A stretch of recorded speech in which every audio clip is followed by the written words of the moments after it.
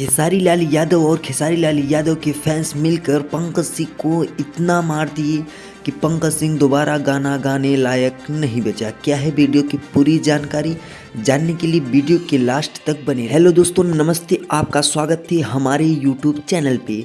जैसा कि आपको बता दें कि हमारी भोजपुरी में इस समय बहुत ही विवाद चल रहा है। कोई पंकज सिंह है जो कि खेसारी लाल यादव की बेटी पर गाना गाया था।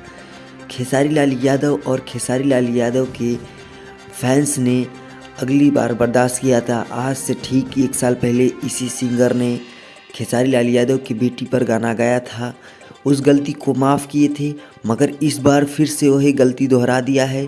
तो खेसारी लाल यादव के फैंस और खेसारी लाल यादव ने पंकज सिंह को इतना मार दिया है कि पंकज सिंह दोबारा गाना गाने लायक नहीं बचा है। तो आप पंकज सिंह को क्या कहना चाहते हैं कमेंट बॉक्स में ज़रूर बताएं।